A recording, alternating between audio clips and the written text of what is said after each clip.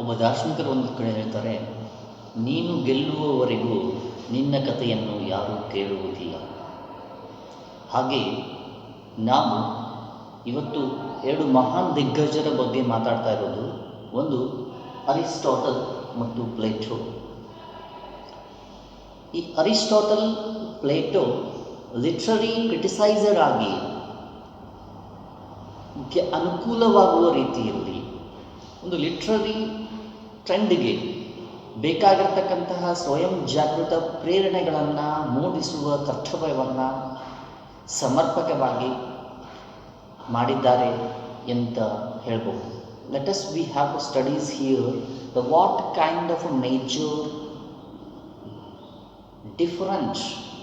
difference of Plato's views on art and Aristotle's views on art. Already all of you come to know about it, the kind of interpretation, kind of thinking, kind of certain unaware of human being, the whatever it may be, knowing or unknowing temptation of life has a move on a certain tremendous of a willpower. That kind of a willpower we call as art. The same thing of here, the what the Aristotle says, the what is a major views on articulation. The here the overall literature come to know it has depend upon the certain power of creator, that is called as an author, poet, dramatist, the certain clear writer of the value of the reality to the society. The here the when people come to know about it, certain the inward and outward actions of life, he must be has. The Aristotle says, the Aristotle imitation of action contains as equivalent power of inward and outward actions of individual phenomena. That is we call as imitation of action. Aristotle's representations of views, if you have sitting outward, you are the inward as the protecting like that. If you have cheat and deceived by inward, that is also that you have cheating of outward. Dear students, there is no doubt, if you have inner self is a pure, you are all doing irrelevant of the society. It is not kind of art. It is as to the dangers of the society, he told that. It is called as a dangerous to the society. It has the harmful for the society. The all kind of the doing of purifications of life as determined by the two kind of aspects, that is already you know that in the last class, that is how to the purify of inward and outward according to the Aristotle and Plato.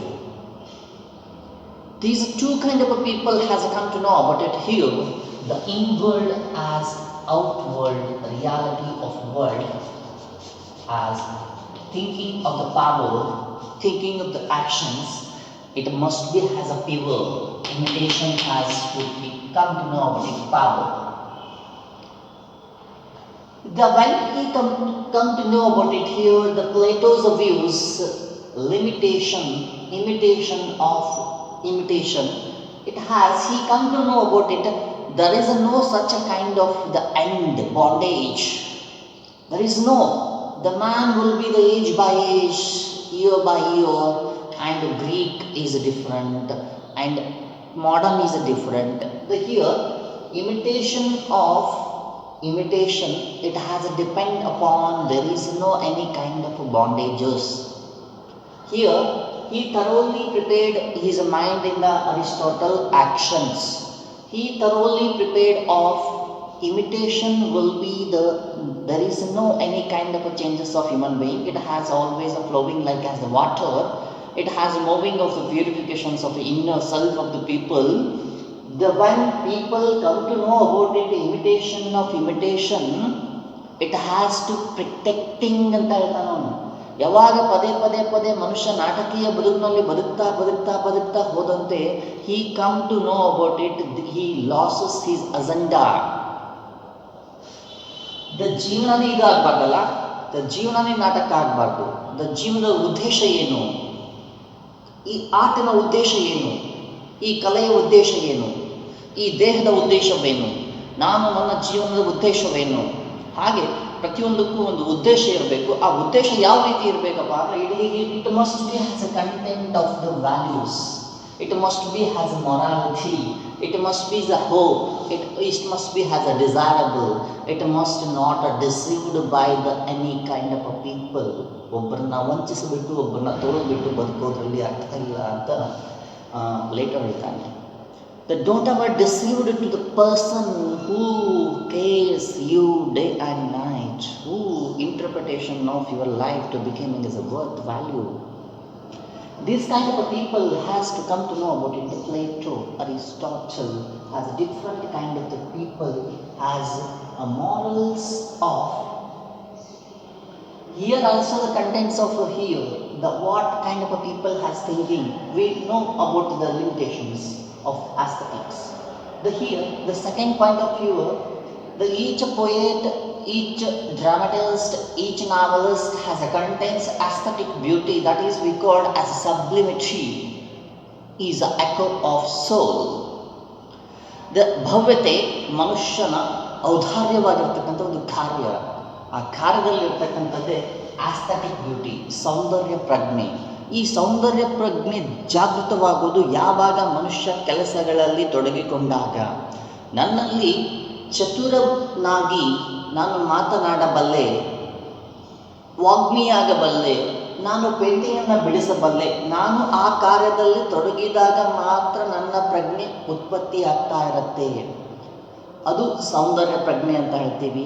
ನನ್ನದೇ ಆಗಿರ್ತಕ್ಕಂತಹ ಸ್ವಯಂ ಜಾಗೃತವಾದಂತಹ ಕಲ್ಪನೆಗಳು ಅಂತ ಹೇಳ್ತಾ ಇರ್ತೀವಿ. ಹಾಗೆ ಈ ಜಾಗೃತ ಮನಸ್ಸುಗಳಿಗೆ ಬೇಕಾಗಿರ್ತಕ್ಕಂಥ ಪ್ರಬುದ್ಧತೆ ಯಾವಾಗ ಬರುತ್ತಪ್ಪ ಅಂದರೆ when the people come to know about it certain actions, ತನ್ನ ಶ್ರೇಷ್ಠವಾದಂತಹ ಜವಾಬ್ದಾರಿಗಳನ್ನು ಸಮರ್ಪಕವಾಗಿ ನಿಭಾಯಿಸಿದಾಗ ಮಾತ್ರ ಆ ಸೌಂದರ್ಯ ಪ್ರಜ್ಞೆ ಲಹರಿಗಳು ಉತ್ಪತ್ತಿಯಾಗ್ತಾ ಇರುತ್ತೆ. It must be has a contents of a moral, it must be has actions, it must be to the Plato ಇದನ್ನು ಹೇಳ್ತಾನೆ. ಆಸ್ಥೆಟಿಕ್ ಬ್ಯೂಟಿ ಇರಬೇಕು, ಅದು ಮಾರಲ್ ಆಗಿರಬೇಕು. Moral must be has content of the aesthetic beauty. All kind of the ಅತ್ಯಂತ ಸೂಕ್ಷ್ಮವಾಗಿರ್ತಕ್ಕಂಥ ಪ್ರಕ್ರಿಯೆಗಳನ್ನು ಅವನು ಅವಲೋಕನ ಮಾಡ್ತಾ ಇರೋದು ಇಲ್ಲಿ. The moral means ನೈತಿಕತೆ. ಈ ನೈತಿಕತೆ ಅನ್ನೋದು ಯಾವ ರೀತಿ ಇರ್ಬೋದು ಮನುಷ್ಯನಲ್ಲಿ? How he was a man with the contents of the people, how he was to becoming as the interpretation of his life. To becoming as life knows no past, no future, it knows only the present. How can we to live in the 21st centuries? How have to becoming as a live to the others? ನನ್ನ ಜೀವನದ ಜೊತೆಗೆ ನಾನು ಇನ್ನೊಂದು 10 ಜೀವಗಳನ್ನು ಬಯಸಬಲ್ಲೆ, ಉತ್ಪತ್ತಿ ಮಾಡಬಲ್ಲೆ, ಅಥವಾ ನನ್ನದೇ ಆಗಿರ್ತಕ್ಕಂಥ ಪ್ರಕ್ರಿಯೆಗಳಲ್ಲಿ ನಾನು ನನ್ನ ಶ್ರೇಷ್ಠತ್ವವನ್ನು ಬದುಕಿಸಬಲ್ಲೆ ಅನ್ನೋ ಒಂದು ಜವಾಬ್ದಾರಿ ಎಲ್ಲಿಂದ ಬರ್ತಾ ಇರ್ತಪ್ಪ ಅಂದರೆ it must be has a moral things, moral beauties of the life.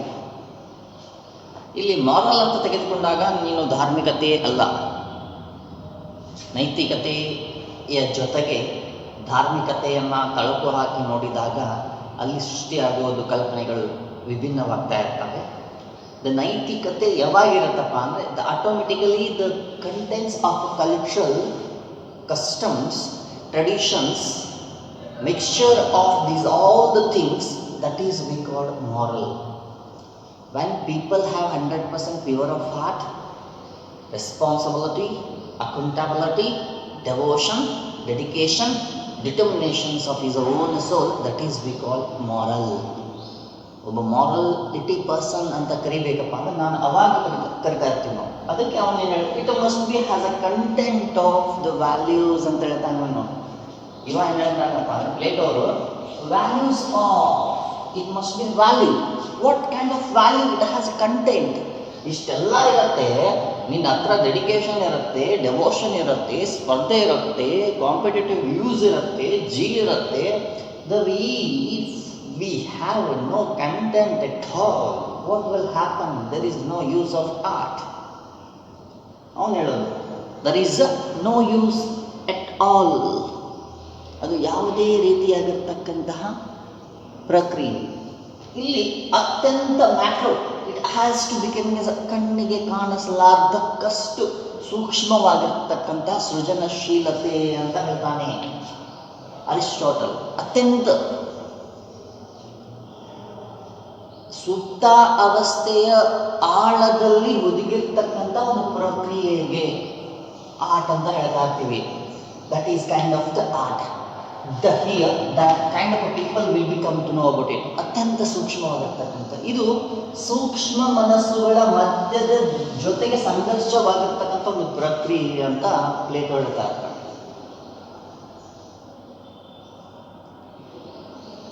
Competition ಒಳಗಡೆ ನೀನು ಓಡಿದಾಗ ಯಾವ ರೀತಿ ಜೀಲ್ ಇರುತ್ತೆ, ನಾನು ಗೆಲ್ತೀನಿ ಅನ್ನೋ ಒಂದು ಜೀಲ್ ಇರುತ್ತೆ. ಗೆಲ್ತೀನಿ ಅನ್ನೋ ಒಂದು ಜೀಲು ಯಾವಾಗ ಬರುತ್ತೆ? ನೀನು ಸೂಕ್ಷ್ಮವಾಗಿ ನಿನ್ನ ಒಳಗಡೆ ಅಧ್ಯಯನ ಮಾಡಿದಾಗ. ಯಾವ ರೀತಿ? ನಾನು ಆ ರೀಚನ್ನು 1600 ಮೀಟರ್ನ ನಾನು ಎಷ್ಟು ಸೆಕೆಂಡ್ಗಳವರೆಗೆ, ಎಷ್ಟು ನಿಮಿಷಗಳವರೆಗೆ ನಾನು ಮುಟ್ಟಬಲ್ಲೆ? ನನ್ನ ಪ್ರಕ್ರಿಯೆಗಳು ಯಾರು? ಅದಕ್ಕೆ ಹೇಳಿದ್ದು ಫಸ್ಟು, ನೀನು ಗೆಲ್ಲುವವರೆಗೆ ನಿನ್ನ ಕಥೆಯನ್ನು ಯಾರೂ ಕೇಳುವುದಿಲ್ಲ. Because that kind of contents, ಗೆಲುವು ಅದು ಸೂಕ್ಷ್ಮವಾಗಿರ್ತಕ್ಕಂಥ ಪ್ರಕ್ರಿಯೆಗಳಲ್ಲಿ ತೊಡಗಿರ್ತಕ್ಕಂಥ ಒಂದು ಅಧ್ಯಯನಶೀಲತೆ, ಒಂದು ಜವಾಬ್ದಾರಿ, ಒಂದು ಏನಂತ ಹೇಳ್ತೀವಿ, ದಟ್ ಈಸ್ ರಿಕಾರ್ಡ್ ಆಸ್ ಪಕ್ವವಾಗಿರ್ತಕ್ಕಂತಹ ಸೂಕ್ಷ್ಮ ಹೃದಯಗಳಲ್ಲಿ ಉದ್ಭವಿಸ್ತಕ್ಕಂಥ ಒಂದು ಸಾಧ್ಯತೆ ಅಂತ ಹೇಳ್ತಾ ಇರ್ತೀವಿ. ಸೋಲುವ ಮನಸ್ಸು ಸೋಲ್ತಾನೆ ಇರುತ್ತೆ, ಗೆಲ್ಲುವ ಮನಸ್ಸು ಗೆಲ್ತಾನೆ ಇರುತ್ತೆ. ಆ ಗೆಲುವು ಬೇಕಪ್ಪ ಅಂದರೆ ನಿಮಗೆ ಬೇಕಾಗಿರ್ತಕ್ಕಂಥದ್ದು ಅತ್ಯಂತ ಸೂಕ್ಷ್ಮ ಅಧ್ಯಯನಶೀಲರಾಗಬೇಕು. ಆ ಅಧ್ಯಯನಶೀಲತೆ ಕೇವಲ ನಿಮ್ಮ ಅಭ್ಯಾಸದ ಒಳಗಡೆ ಅಲ್ಲ, ನಿಮ್ಮ ಜೀವನದ ಸೃಷ್ಟಿ ಒಳಗಡೆಯೂ ಕೂಡ ಆಗಬೇಕು. ಆ ಜೀವನದ ಸೃಷ್ಟಿ ಒಳಗಡೆ ಹೇಗೆ ತೆಗೆದುಕೊಂಡು ಹೋಗಬಹುದು ಅನ್ನೋದನ್ನು ನಾವು ಕಳೆದ ಕ್ಲಾಸಿನಲ್ಲಿ ತಿಳ್ಕೊಂಡಿದ್ದೀವಿ ಈಗಾಗಲೇ. The next point of Plato thinks as imitation must has a mirroring of a reality ಅಂತ ಹೇಳ್ತಾನೆ. Imitation must has mirroring of reality. Thus there is no doubt. ಇದು ಯಾವಾಗಲೂ ಸತ್ಯ ಅಸತ್ಯಗಳ ಮಧ್ಯದಲ್ಲಿರತಕ್ಕಂಥ ಒಂದು ಘರ್ಷಣೆ. ಸತ್ಯ ಮತ್ತು ಅಸತ್ಯದ ಮಧ್ಯದಲ್ಲಿ ಸಿಲುಕಿಕೊಂಡು ಬಂದಿರತಕ್ಕಂಥ, ಹೇಗೆ ಕಾಂಟ್ರಾಸ್ಟ್ ಆಗಿರ್ತಕ್ಕಂಥ ವೇದನೆಗಳು ಮನುಷ್ಯನಿಗೆ ಕಾಣ್ತಾ ಇರ್ತಾವಲ್ಲ, ಸತ್ಯ ಅಸತ್ಯ,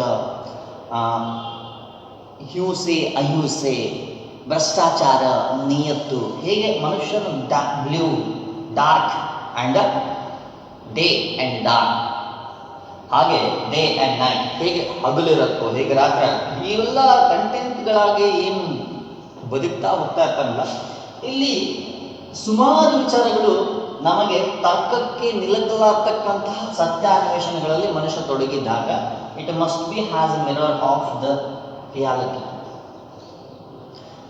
ಒಬ್ಬ ವ್ಯಕ್ತಿಯ ವೈಯಕ್ತಿಕ ಚರಿತ್ರೆಯನ್ನ ನಿರ್ಮಾಣ ಅಥವಾ ನಿರ್ನಾಮ ಅಥವಾ